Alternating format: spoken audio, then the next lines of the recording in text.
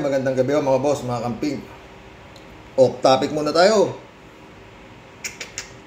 Masama ang nangyari.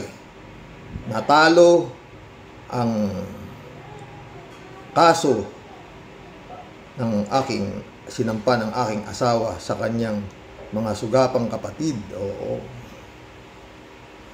Alam niyo mga friend, hindi ko akalain matatalo kasi alam ko yung abogado tsaka yung mga testigo hindi naman basta-basta paniniwalaan ng korte kasi nga document will speak for itself, no? Yan liwaliwanag naman sa dokumento na yung milyon-milyong halaga ng ari-arian siya mo sila magkakapatid i-donate lang sa isa, di ba?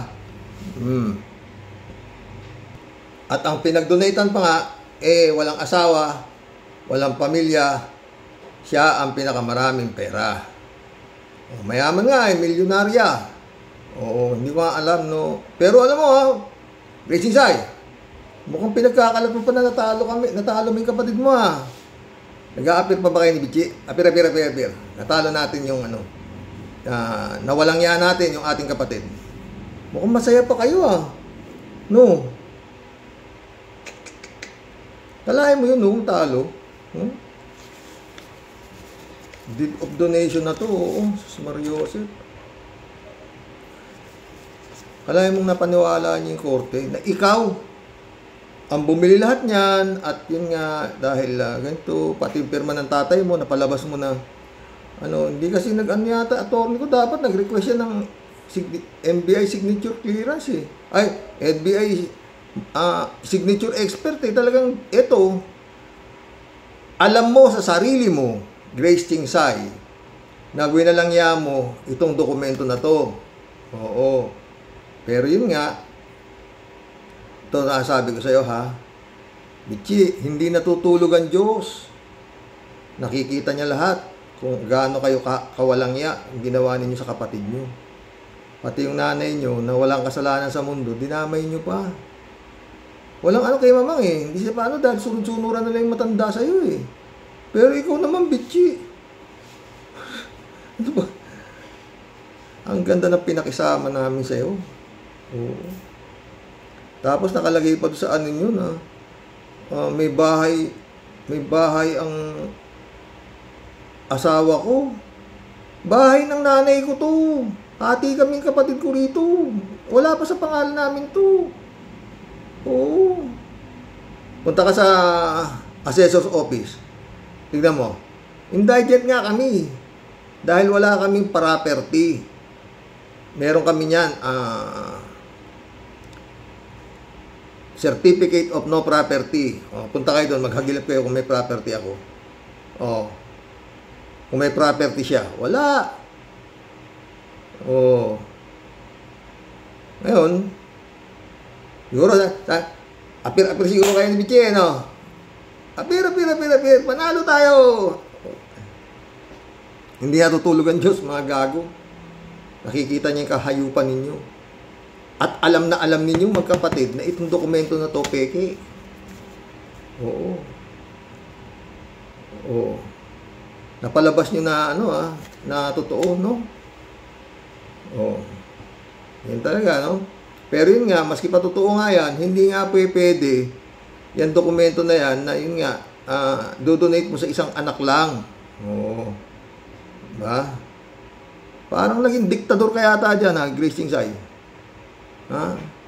Paano mo sasabihin ikaw bumili niya lahat niyan, gago. Nakatira kayo sa amin nga nung nag-aaral kayo, di ba? Negosyante na yung magulang mo. Nagninegosyo na sila. Ikaw, wala ka pa. Nag-aaral ka pa. Pinaaral ka pa. Tanga-tanga nito. Pare-pares kayo, naggaling na ako ng Saudi. Dumating ako dito Pilipinas. Clerk ka pa rin. Paano sabihin ko, bumili lahat? Gago ka talaga. Nasikmura mong gawin yan? Grace Chingsay?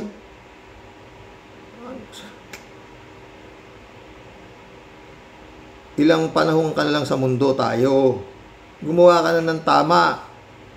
Huwag mong walang yain. Yung asawa ko, yung kapatid mo na walang kasalanan sa'yo. Ngayon, mag-aapila kami. Gagastos kami ngayon. Tuwan-tuwa ka siguro. Sa halip na ibibili na, dagdag sa pambili ng gamot ng kapatid mo, mapupunta pa sa apila. Kung matalo, di talagang walang mangyayari, di ba? Ganun.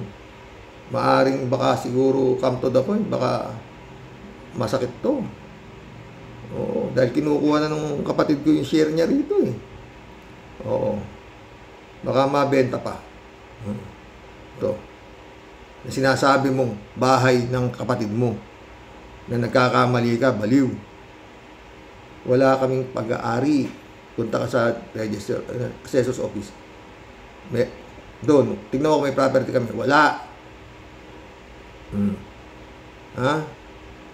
Kaya kami dito, wala kang kapatid ko rito, nasa Manila eh. Di ba? Yun. Ito ang naiwan ng aking magulang sa aming dalawa. Hindi ko naman pwedeng swapangin kagaya niyang ginagawa mo. Siyam kayo, sinuwapang mo lahat. Gago ka talaga. Napaka-demonyo mo, hype ka.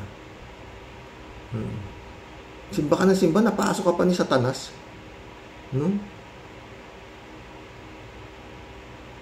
Talaga bang gusto mo sa impyerno? Gago. Ikaw, bichike. Hindi natutulog ang Diyos, nakikita ng Panginoon kung anong ginagawa ninyo. So, walang kasalanan ng kapatid nyo. Paulit-ulit ako sa vlog. Magbigay kayo ng isang kasalanan sa inyo ng inyong kapatid. Kaya nyo naisipan siyang walang yain. Inyo na daw yan. Kabait ni Bompin sa inyo. 48 years kami nagsasama na. Taon-taon. Gahanda kami. Dito kayong lahat, di ba? Mamang, si Papang, ikaw, kupal na Krisnel ka. Kalahin nyo nagawa niya yan. Sa totoo lang, hindi ko akalain magagawa mo to, Glazing Sai. Bechiching Sai, hindi ko akalain magagawa niyo to. Wala sa bokabularyo ko. Gabi-gabi tayo magkasama. Doon. Sa ospital, nung naghihingalo tatay nyo. Oy, malapit na yung Todos Los Santos. Paulit-ulit na naman. Sana makarating sa ito. Sa mga taga-Itchaging nakapanood nito, no? Pare Joseph Casco, municipal engineer yan. Rick Rivera, Josephine Rivera, yan mga kumpare ko. Municipal accountant naman. Ang dami kong kaibigan dito. Wala akong winalang yung tao rito. Wala akong sinuba. Wala akong Glazing Sai. Sabi mo, doon sa nagsusugal ako.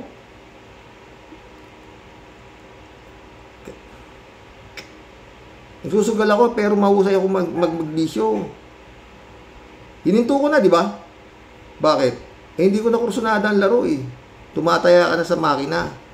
Mahirap ka nang manalo. Hindi kagaya nung naglalaro ako niyang sabong. Madalas ako nananalo. Maski pagtanong mo rito sa mga sabongero kung paano ako maglaro. Tatalo ko konti, pero pag nanalo ko malaki. Ano ba mga inutang ninyong pera? Nung nasa Saudi ako, saan ba galing yun? Swerte ako sa sugal eh. Kaya malakas ako magpadala sa kay Bompin. Alam mo yan, Bichi. Nakatira ka sa amin, di ba? Ang lalaki ko magpadala. Luluwas yung tatay mo, mangungutang. Nakapulot nga kayo ng dito. Bangkong walang collateral. Wala pa interes. Ang bait ko sa inyo. Itong Grace na to. Kahigil kahit ka. Chichismis pa rito na nakikabit ka sa boss mo. Tanggol pa kita. Halos makipag-away ako. Hindi ako niniwala eh. Dahil alam mo sa totoo, mabait yan eh. Grace, mabait yan. Kaya lang eh. Yun nga. Umalis ka na riyan. Para ka na-exorcista nga. Alam mo yan sa sarili mo, mali yan. Alam mo yan na hindi yan totoo, yung ginagawa mo sa kapatid mo. Paano ka nagkaroon ng pera yung pambili niyang mga ari-arian na yan? Tanga. Sinosyo ka lang ng tatay mo. No. Maakit ako ng ligaw doon sa kapatid mo. Galing pa ako, may punta ako rito. Nagtitinda tayo sa palengke, oh. Tumutulong ako sa inyo. Oh. Naglalatag tayo ng tolda. Dahil titinda tayo ng mga school supplies. Oh. Ito. Paulit-ulit ako, wasting sake eh. Gago ka eh. Magbigay ka isang kasalanan sa kapatid mo. Sige.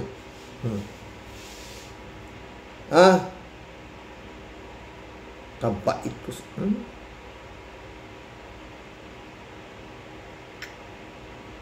Paano ka nagkaroon ng pera? Sinosyo ka nga lang. Yung konting naipon mo ron sa pagiging clerk, sinosyo ng papang. Sa pamimili ng mais, nangungutang lang kayo ng pambili diyan kay Leon Chokyat. Oh, bili-benta lang kayo. Oh. Inihiram niyo yung help namin. Nauna pa kami namili sa inyo eh. Oh. Kaya lang sinuwerte kayo, ganun lang yun. Pero una kaming may pera sa inyo. Umutang nga lang kayo sa amin eh. Oh. Balik tanaw mo nga, huwag ka masyadong nahihilo sa perang hawak mo, di mo na madadala yan, hindi mo sa kapupunta.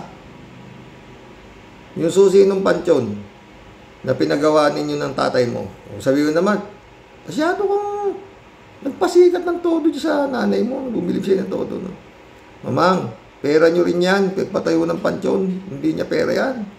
Hindi lang niya pera yan. Oh, bigay mo yung susi. Dito, pati ba naman yung patay, susupangin mo pa. Pagdating todo sa Santos, nandun lang kami sa hagdanan, no? Titiri kami kandila doon. Ayoko na sanang pumunta eh, kaya lang itong kapatid mo eh. Tatay ko yan, sabi niya. Obligado pupunta kami. Wala kayong bulaklak, titiri kami kandila.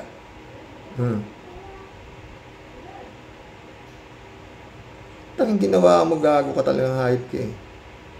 Pag magkakasakit, paano? Pag may namatay, nag-iisip ka ba? Nagtanim ka ng galit sa sarili mo na wala ka namang dapat ikagalit, bobo. Tanga to. Ang ginawa na yung masama sa inyo, lahat kayo. Nilalahat ko na kayo ah.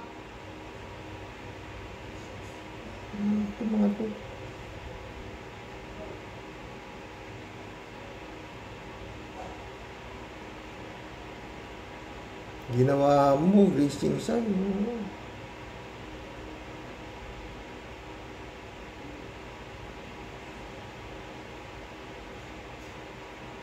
Dumalaw yung kapatid mo sa nanay niya dahil nababalita na mahina na eh. Nakakita mo, sininghal mo pa, demonyo ka talagang putang ina kayo. Ba't nandito yan? Dinimanda ka niyan. Gago talaga. Balik tayo dito saan. Wala yung paniwalaan ng korte ito, no? Na ikaw ang bumili lahat, tapos nakiusap ang tatay mo na isama yung pangalan niya. Walang ganon! Pwedeng ilagay sa libro ng katakataka, tanga. Ewan ko paano napaniwalaan ng korte ito eh. Sa totoo lang. Anyway, apila. Paano? Sa halip na pambili ng gamot pa papasok na naman sa apila. Diba? Ewan ko, magkano? Diba? Di, maghahanap na naman na, marami namang nauutangan dyan. Diba? Tingnan mo, may sakit yung kapatid mo, winalangyahan niyo pa, bitchi. May sakit. Pero si Boy Ching isa, putang ina kayo. Milyon ang ginastos nyo. Masalba lang yung buhay. Yung demonyo. Bagay, magkikita kayo noon. Tignan mo, pag dumating yung takdang panahon at kukunin ka na ni Lord, Ni Lord O, tamo Lord. Baka si Satanas ang kumuha sa'yo. Makikita kayo sa impyerno. Kalahin, naisip mo yan, no?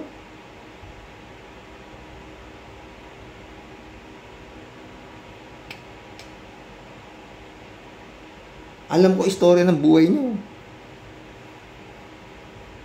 Saan kayo nang galing? Dahil si Mamang, lahat ng kinikwento sa akin, malapit nga ako dyan Parati pumupunta rito sa bahay namin yan Susumbong. Kanlak pa si Grace, sabi Sabi naman bumpinta ay, katapilan ni Boy Chingsay, may nakabatin doon, kadakal na nalaba. Ano yung ibig sabihin? Ang yoga dyan ayaw na raw bigyan ni Grace Chingsay si Boy Chingsay. At malaki na yung nakukuha ang pera, kuha ng kuha. Paano hindi kuha ng kukuha yung kapatid mong gago, may kabit, binahayam pa. Yun ang ulol. Tumandang pa urong. Pinagkagastusan yung babae. Hindi naman siya inaano ng pamilya niya. Diba? Yun, Grace Chingsay. Pero hindi pa uli lahat sa'yo. May Diyos na nakatingin sa'yo. Sa inyo, sa atin lahat. Hindi naman natutulog ang Panginoon. Diba?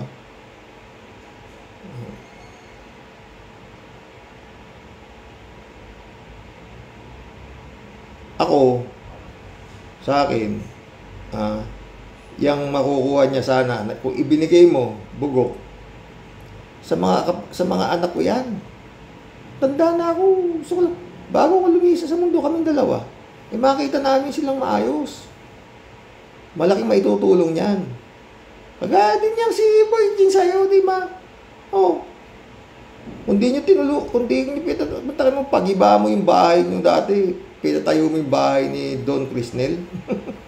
Oy, Crisnel, patayo mo ng monumento yan sa harap ng hardware. Yung, tiyahin mong, no? Dito nagmula lahat ang aming pagkain. Luluhod ka. Abagi noong grasya. Pasalamat sa inyong mga grasya. Ganun. Gawin mong santo yan, pwede. Kayong lahat. Na pamilya ni Boy Chingsay. Pinagpala kayo ni Grace Chingsay. Nantaki mo, lokohin mo yung tatay mo. Pati yung dinonate na kay Boy, ang pirma, lintek Pero hindi natutulog ang Diyos. Bahala na ang Panginoon sa iyo, no? Bitchi.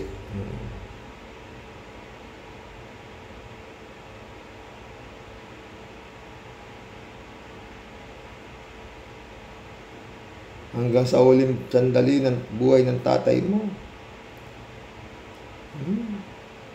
Nandun ako para tumulong sa inyo.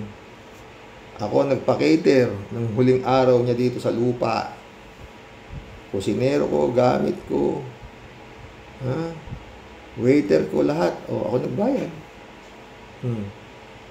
Misa hinagap, di ko alam na ganyan kakatanga. Ganyan, papasukin ka ng demonyo sa ulo. Grace Chingsay. Regalo mo na sa kaluluwa mo. Magbago ka. Hindi mo yan madadala sa hukay.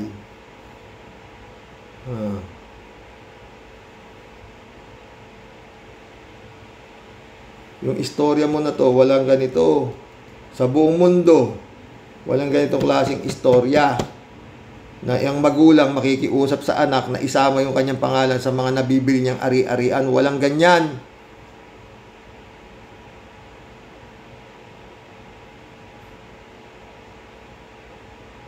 Tapos nung sinoli sa'yo, true deed of donation. Ewan ko sa'yo. Kung saan mo, ano pa naginip yan? Pero yun nga, napaniwala sa korte. Ano magagawa natin kung hindi umapila? Di ba? Pero yun nga, alam ng Panginoon niya, nakikita ka ng Diyos, tanga. Tanga mo. Naniniwala ka pa ba sa Diyos? Diyos mo yata si Boy Chingsay. Ha? Sinamba mo ng todo yung kupal na yan si Boy Chingsay.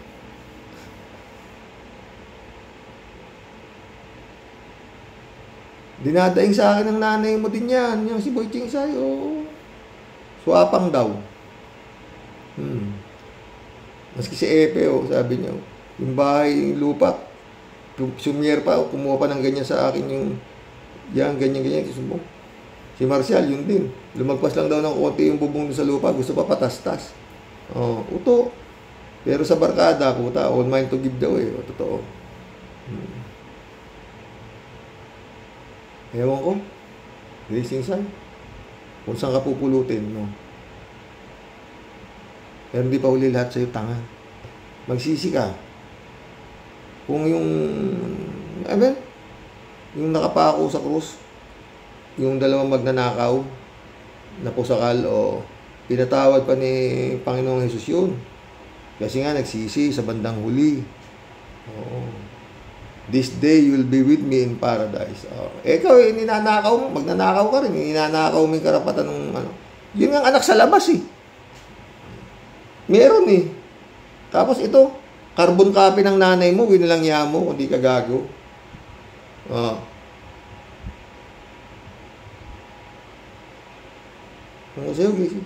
Sino? Maski rito sa buong Itiagi, tanong ko sino ka. Kung kanino yung ano na yan. Kung saan ka nagmula.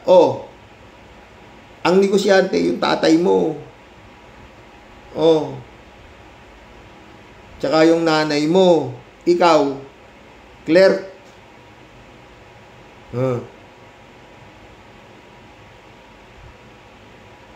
Ewan ko sa'yo. Yung inuulit ko. Yung susi, paduplicate mo nung mosileo na pinagawa ng pera ninyong dalawa ni Papang para makakapasok naman to. Kung may natitira ka pang kahihiyan, hype ka, pating patay, sinuswapang mo pa. Magandang gabi, Grace Chingsay. Sana makawala ka na dyan sa demonyong lumulukob sa'yo. Paulit-ulit kausapin mo, pare. Pagkasapin mo yung pare, tanungin mo kung tama yung ginawa mo, na walang kasalanan yung kapatid mo, winalangya mo. Kalaking kasalanan yan. Ako nga, hindi ko nagawa eh. Sa kapatid ko, dadalawa lang kami. Ako nag-alaga sa nanay ko, lahat-lahat, taon dito nanay ko. Kasi nga, nasa Maynila tayo kapatid ko eh. Dalawa lang kami ha, dalawa ha. Lalaki pa ako, panganay pa ako. Hindi ko ginawa. Kapatid ko nga eh. Alam mo kapatid? Ang magkapatid, nagtutulungan yan. Ikaw naman hayop ka, hindi naman humingi siya ng tulong ng kapatid mo. Sinuwapang mo pa yung karapatan niya sa ari-arian ng kanyang magulang. Wala naman siya kasalanan sa'yo.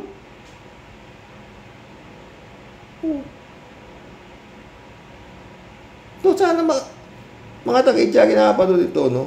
Lalo na yung mga taga-munisipyo. Padala nyo ito sa kanya, no? Para marinig niya ito.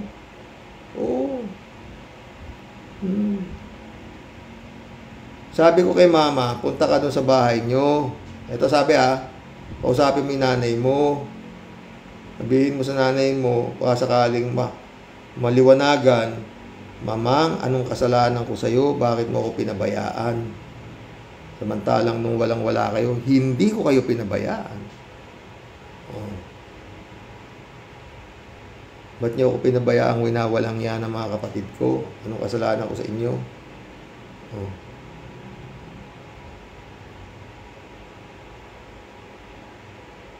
Alam ko sa totoo mga friend, hindi magiging ganito eh. Kasi nga, si Judge Michel, nung nakita tong property dispute na to, umpisang-umpisa pa lang ng kaso na to na hinawakan ni Judge Michel. Property dispute, ang timano nag-set ng mediation si Judge Michel. Kasi nga, alam niya yan, hindi yan pwede. Come to the point, yung mediator nga, ewan ko kung anong Papapil-papil na mediator, di na pala marunong. Sabi, manang, kayo ay nandito para pag-usap-usapan ang mga ari-arian na maiiwan ninyo. Matanda na tayo, matanda na kayo. Gusto niyo ba pag wala na yung mag-aaway-away sila sa maiiwan nyo? Sumagot yung nanay mo. Wala naman akong ari-arian, kay Grace lahat yan. Dapat ang sagot ng mediator, manang, hindi ko pwede yung ganyan. Ano ho itong idinodonate nyo? Kadami-dami nito, milyon-milyon ng alagaw nito, dinodonate nyo sa isang anak nyo. Tsak hindi na makakasagot yung biyanang ko. Kaya sabi, ang mediator, loko-loko, ang pinunterya, yung asawa ko, wala naman palang ari-arian niya. Hawak niya yung dokumento na deed of donation Kung walang hawak na. Kung mapil-papil lang ganun, nagkagulo doon sa mediation room. Nag-hysteria na yung asawa ko, di ba, Grace Singsay? Ulit-ulit may bagong sakit na naman siya yung puso niya. Buti na pa-check up ulit. At paulit-ulit, bugok. Kung ako walang niya, na gusto mong palabasin sa tuktok mo, gonggong ka, sana lumayas na to. Hindi na kami inabot ng 48 years. Tanga-tanga nito. Buti sana kung malayo yung bahay niyo, 30 hakbang lang, andyan na Ni ayaw nga halos pumunta dyan dahil nga, sabi, pinagtitinginan nyo raw na parang gago kayo, tanginan nyo talaga. Tapos sabihin nyo, hindi siya pumupunta dyan. Paano siya pupunta? Yung nanay mo nga pupunta rito. Sa bahay namin. Siguro halos linggo-linggo dito.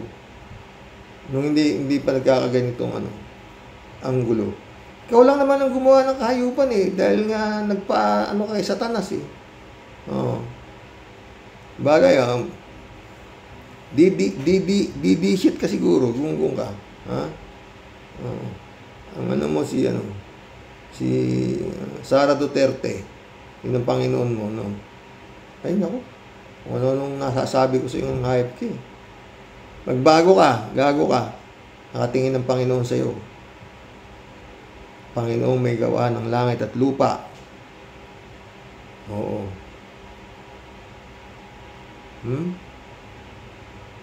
Ako hindi ako pala simba. Pero hindi ako napasok ni Satanas sa tuktok, gago.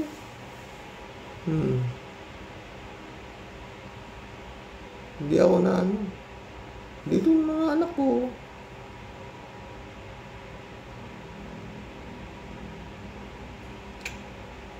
Ewan ko pero yun nga, hindi ko alam. Kinakausap niya sila lahat, mga anak ko, na huwag na kayong, hindi mo sa nanay mo, gano'n. Hindi kayo mananalo. Kaya, mukhang, may mga vlog ako na, malakas ba kayo sa korte? Ay, put na mukhang gano'n nga yata. Anong nangyari? No? Sana hindi, no?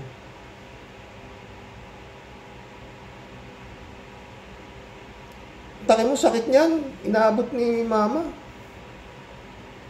5 taon halos tong kaso na to. Talo.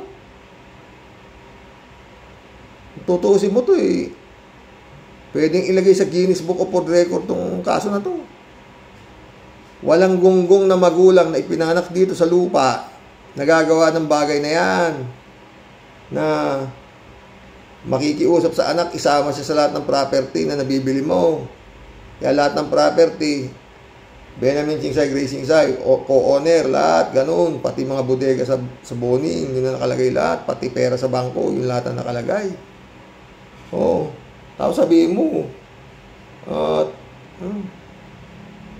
dahil nirespeto mo yung tatay mo, kaya pinagbigyan mo yung kahilingan niya. Ano ka, tanga?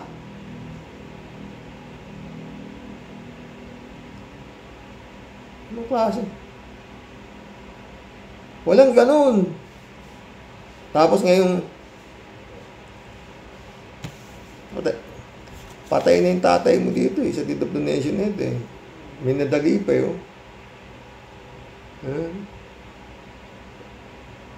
Itchagi, Isabela pa laging nakalagay. O, tas, bahay mo, so yung, ewan ko. Bahala na Diyos sa'yo. Gracing Sai. Magandang gabi, Gracing Sai. Sisi ka. Ha? Ang laking kasalanan nito. Hindi natutulog ang Diyos.